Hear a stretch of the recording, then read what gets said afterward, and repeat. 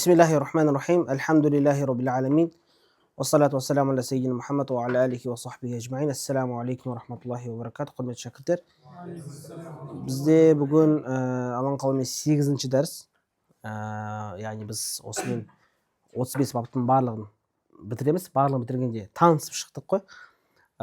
Сол rubai maziddan so'nggi nesi qoldi bizde? Ya, mulhaqlari. Biz aytdik qo'y, rubai qanchaga bo'linadi? Rubai mazid harfun wahidun және harfani. Ya'ni bir harf qo'shilgan және ikki harf qo'shilgan. Bir harf qo'shilgan bizde ол tadahhuroja. Tadahhuroja babında qancha ne бар? 5 mulhaq бар dedik. Al ikki harf qo'shilganda ikki turli bab. Birovi ihron jama, ikkinchisi sha'arro.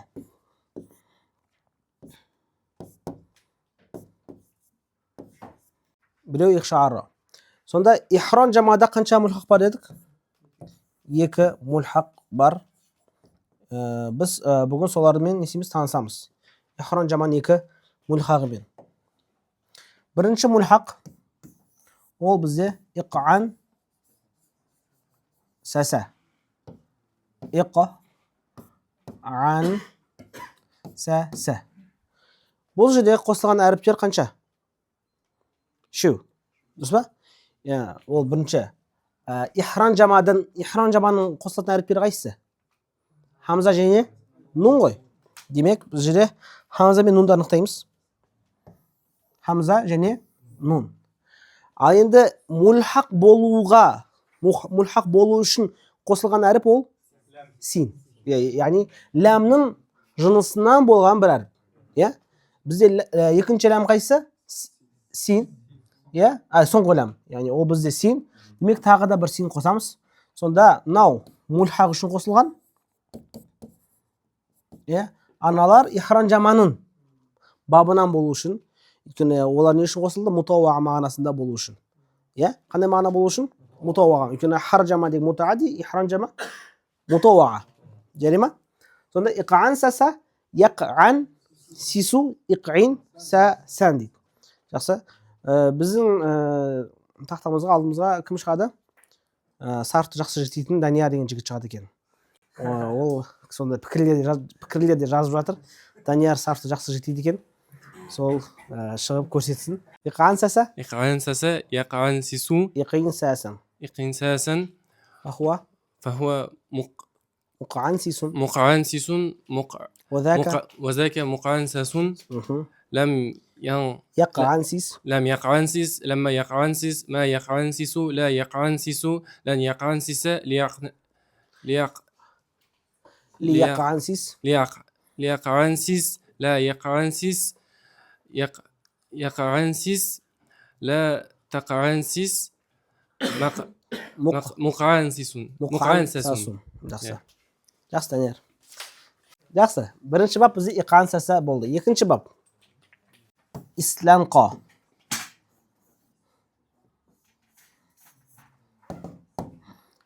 Исланқа. Бұл жерде қосылған әріп хамза және нун және соңында я әріпі қосылады. Дұрыс па? Исланқа, ясланқи, ислинқаан. Ya? Kim bizde tағы да пікірлер жазылып жатқан аттар есін бер. Диас дей ма? Диас. Давай, Диас болса Диас.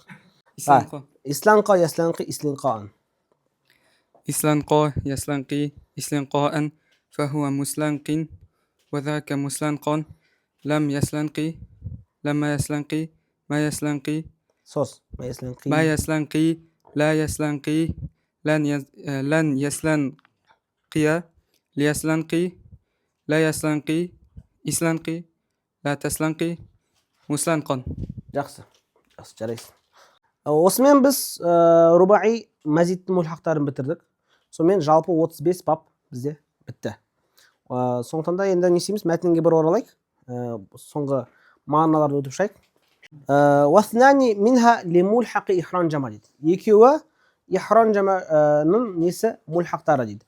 Әл-бабул аувалу, бірінші бап, иф'ан лала, яф'ан лилу, иф'ин лалан, маузунуху إقعنسس يقعنسس إقينساسا.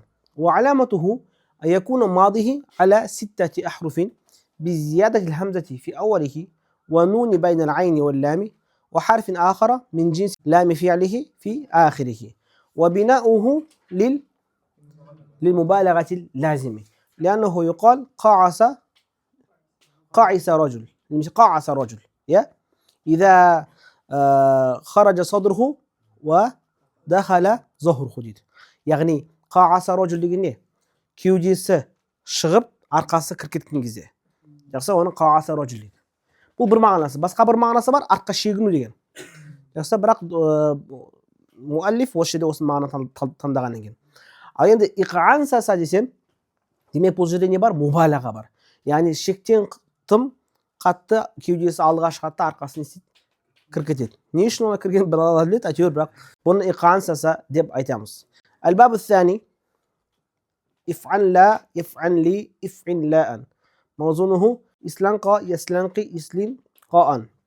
وعلامته يكون ماضيه على 6 أحرف بزيادة الهمزة في أوله والنون بين العين واللام والياء في آخره. وبناؤه لللازم يا نحو اسلنقى زيد إذا نام على قفاه. يعني اسلنقى زيد يعني زيد шалқасынан жатты деген сөз. Өйткені қара, сәлқа деген мутаадди, жалқызу, жатқызу арқасына. Тәсәлқа деген жалпы жату, исланқа ол да сондай жату. Жақсы, екеуі де ләзім бола береді. Жарай ма? Осымен бізде баптар бітеді. Енді жаңа тақырыпқа жаймен көшеміз. Ол қандай тақырып? Жетістіктердің түрлері. Ол айтады, фи'л дейді. Я? Біз фи'лді қалай бөліп едік естерінде ме жігіттер? Суласи және рубаи. Суласи және рубаи. Яғни түбірі әріптеріне қарап, біз 3 әріптік және 4 әріптік бөлдік. Енді олардың әрқайсының 2 түрі бар едік. Біреуі муджаррад, екіншісі мазид. Муджаррад және мазид. Енді әрқайсысы тағы да 2-ге бөлінеді. Әрқайсысы тағы да 2-ге бөлінеді. Сәлим және ғойру сәлим. Сәлим және ғойру сәлим. Дақта дұрыс не істемей тұр. Қабылдамай тұр. Сәлим. Жақсы, енді көрермендер ренжімейсіздер. Сәлим ғойру сәлим. Сонда қараңдар. Сәлим ғойру сәлим 2, сәлим ғойру сәлим 4, сәлим ғойру сәлим 6, сәлим ғойру сәлим 8. 8 түр бар. Жақсы? Енді сәлим мысалы бізде насара. Ғойру сәлим мысалы бізде ваада. Вазид фиха келетін болсақ, сәлим мысалы бізде акрама. Ғойру сәлим мысалы бізде ауада. Муджарқа келетін болсақ, сәлим бізде дахража. Ғойру сәлим мысалы бізде васваса. Рубаи мазид фихтің сәлимі бізде тадахража. Ғойру сәлим бізде тавасваса. Кітапта келтірілгендей. Жақсы? Осы 8 түр. Келесі дәрісте біз ғойру сәлімнің түрлерімен танысамыз. Ғойру сәлімнің түрлері де шамамен 7-ге жуық. 7-8 түрі бар. Жақсы, оларды иншалла келесі дәрісте біз өтіп шығамыз. Мәтінді бір оқышайын. ثم أعلم أن الفعل المنحصر في هذه الأبواب. Yani осы 35 баптың ішінде болатын етістік имма сүләси мужаррад сәлім дейді. Ол не?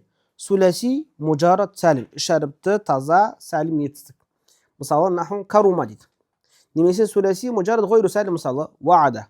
Ва имма рубаи мужаррад сәлім наху дахража. Ва имма рубаи мужаррад ғойру сәлім наху васваса ва зәлзәлә. Зәлзәлә бұл жерде қараңдар, әріптері сау болса да ғойру сәлімге жатады. Оны кейін түсіндірем.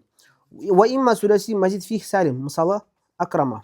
وإما ثلاثي مزيد فيه غير سالم نحو أوعد. وإما رباعي مزيد فيه سالم نحو تدحرج. وإما رباعي مزيد فيه غير سالم نحو توسوس. ويقال لهذه الأقسام وسط ترلerde الأقسام الثمانية سيغز ترتيب атайды. Жақсы.